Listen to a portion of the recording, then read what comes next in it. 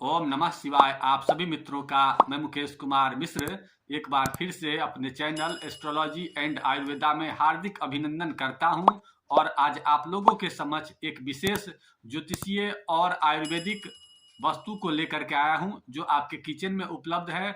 और वह वस्तु शनि ग्रह से संबंधित है, अतः धैर्य पूर्वक आप लोग शनि की बाधाओं को दूर कर सकते हैं इस वस्तु का प्रयोग करके।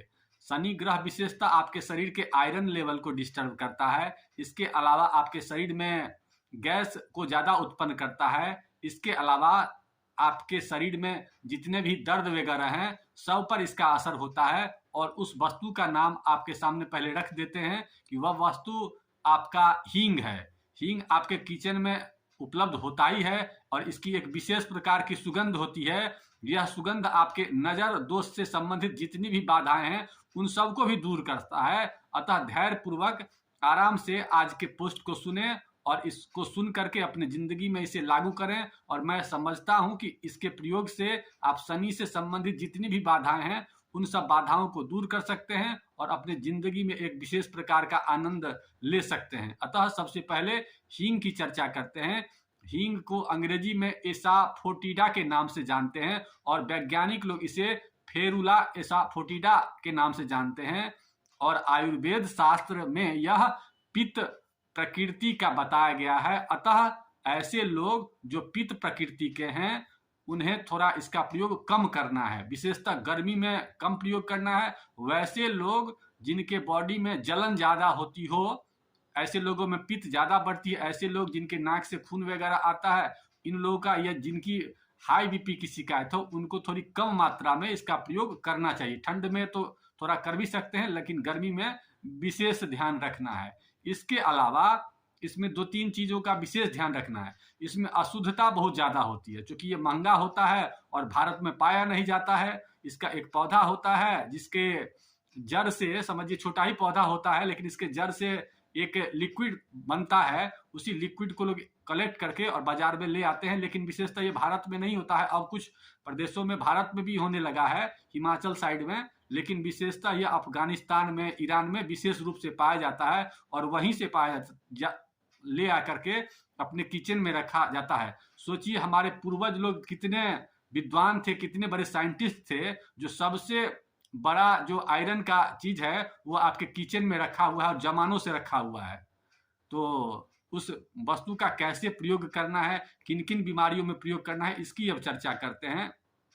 तो इसमें सबसे पहले यह जानिए कि इसमें कैलोरी कितनी होती है। इसमें लगभग 297 कैलोरी माना जाता है और इसमें कैल्शियम की मात्रा 6.90 है। आयरन सबसे ज़्यादा 22.2 मिलीग्राम होता है। इसके अलावा फॉस्फेट भरपूर मात्रा में होता है, कार्बोहाइड्रेट होता है और यह विशेषतः चर्बी को कम करता है। वैसे व्यक्ति जो मोटा हो उनके लिए भी ये फायदा कारक है कि ये चर्बी को कम करता है। इसमें प्रोटीन भी 4.00 करके प्रोटीन भी पाया जाता है। तो इस प्रकार की इसमें विज्ञान की चीज़ें भी पाई जाती है। यह विशेषतः जलन को खत्म करता है, कान दर्द में विशेष फायदा कारक है, पसली के दर्द में विशेष फायदा कारक है, कब्ज को यह दूर करता है, पेट दर्द में अच्छी तरह से काम करता है, गैस वगैरह को कम करता है, वामन को कम करता है और कृमि जो होती है माने कीड़ा वगैरह, उसके लिए बहुत अच्छी तरह से ये काम करता है। इसके अलावा बलगम, कफ वगैरह को ये दूर करता है।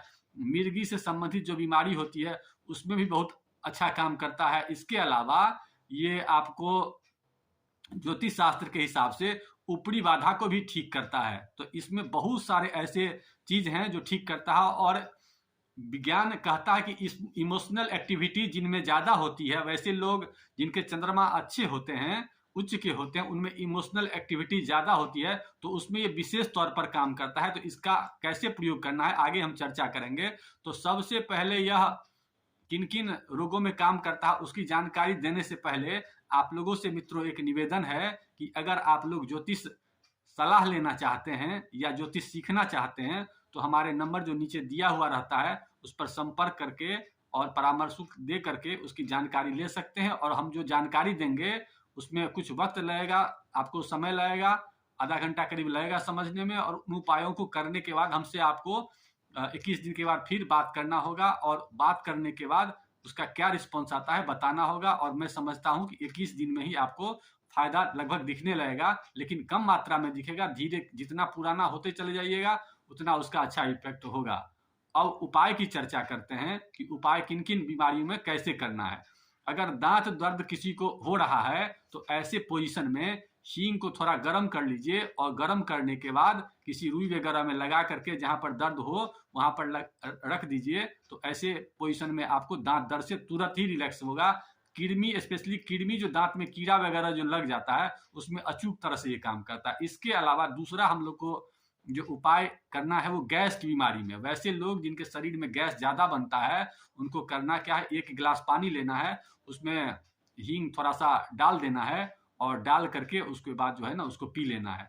लेकिन इससे पहले एक बात हमारे दिमाग में आया कि हींग की अशुद्धता को कैसे माने जाने कि अशुद्ध है। तो इसका 2-3 तरीका हम आप लोगों को बता देते हैं कि 1 गिलास पानी लीजिए और उसमें थोड़ा सा हींग घोलिए। अगर घुल के थोड़ा सा व्हाइटिश टाइप का अगर कलर आ गया तो समझ जाइए कि वो जो है सो आपका अच्छा है हींग। अगर व्हाइटिश टाइप का कलर नहीं आया तो समझिए कि वो कहीं से भी अच्छा नहीं है। इसके अलावा उसको आग पर जला दीजिए, और आग पर जलाने के बाद वो पूर्ण रूप से जल गया तो भी समझिए कि वो असली है। इसके अलावा पानी में डालिए और नीचे बैठ गया हींग तो भी समझिए कि असली है। तो इस तरह से आप समझ लीजिए। वैसे हीरा नाम का एक हींग आता है जो बहुत ही शुद्ध होता है। वैसे तो बहुत सारे पतंजलि वगैरह का भी आता है, लेकिन होता क्या उस सब में परसेंटेज होता है कि इतना परसेंटेज दिया रहता है। आटा वगैरह या कुछ मैदा टाइप के सामानों में उसको मिला के बेचते हैं, वैसे बहुत लोग बेचता है। और एक विशेष प्रकार का उसमें गंध, हाथ में जब भी लगाइएगा तो विशेष बदबू करता है।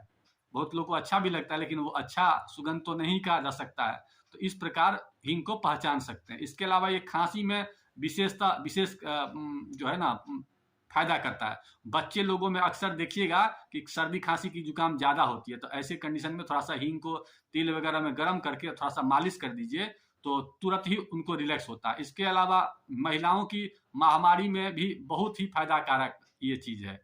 तो जिनको महामारी में दर्द वगैरह हो उनको क्या करना है कि 1 गिलास गर्म पानी लेना है, उसमें थोड़ा सा हींग करीब आधा ग्राम डाल देना है, उसको मिला करके और फिर जो है सो इसका प्रयोग करना है। इसके अलावा वैसे लोग जिनके पाचन शक्ति कमजोर होते हैं उनको भी हींग गोली के टाइप का जो है ना प्रयोग कर सकते हैं। इसके अलावा हम एक हिंगाष्टक चूर्ण कैसे बनाया जाता है इसकी भी जानकारी देंगे। हिंगाष्टक चूर्ण में 8 चीज मिला करके एक चीज बनाया जाएगा, लेकिन उससे पहले कुछ ज्योतिषीय जानकारी दे देते हैं।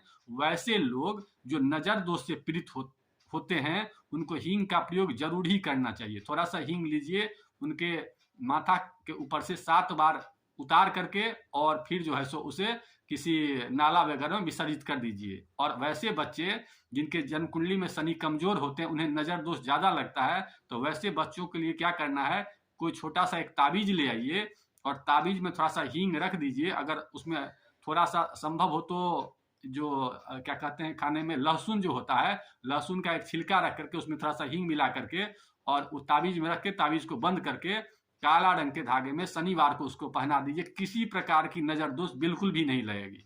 इतना अचूक उपाय हमने हजारों लोगों पर किया है और सब तरह से सफल रहा है। इसके अलावा आप हिंगाष्टक गोली कैसे तैयार करेंगे, तो इसमें हिंगाष्टक अष्टक मैंने 8 प्रकार के चीज लेना है।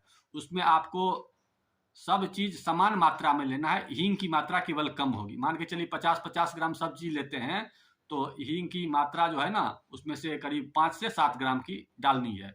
इसमें क्या क्या करना है वो समझ लीजिए। सबसे पहले सौंठ लेना है, इसके अलावा काली मिर्च लेना है, इसके अलावा सफेद जीरा लेना है, उसके अलावा अजवाइन लेना है, काला जीरा लेना है, सेंधा नमक लेना है, इसके अलावा पिपली लेना है। ये सब चीज 50-50 ग्राम होगा और हींग होगा 5 से 7 ग्राम। सबको मिक्सी में पीस करके और बना लीजिए और भोजन के बाद मतलब कि 2 ग्राम करीब जो है ना इसे कभी कभी साप्ताहिक ले लिया कीजिए, या ज्यादा अगर परेशानी हो तो लगातार 1 आध सप्ताह 10 दिन ले लीजिए।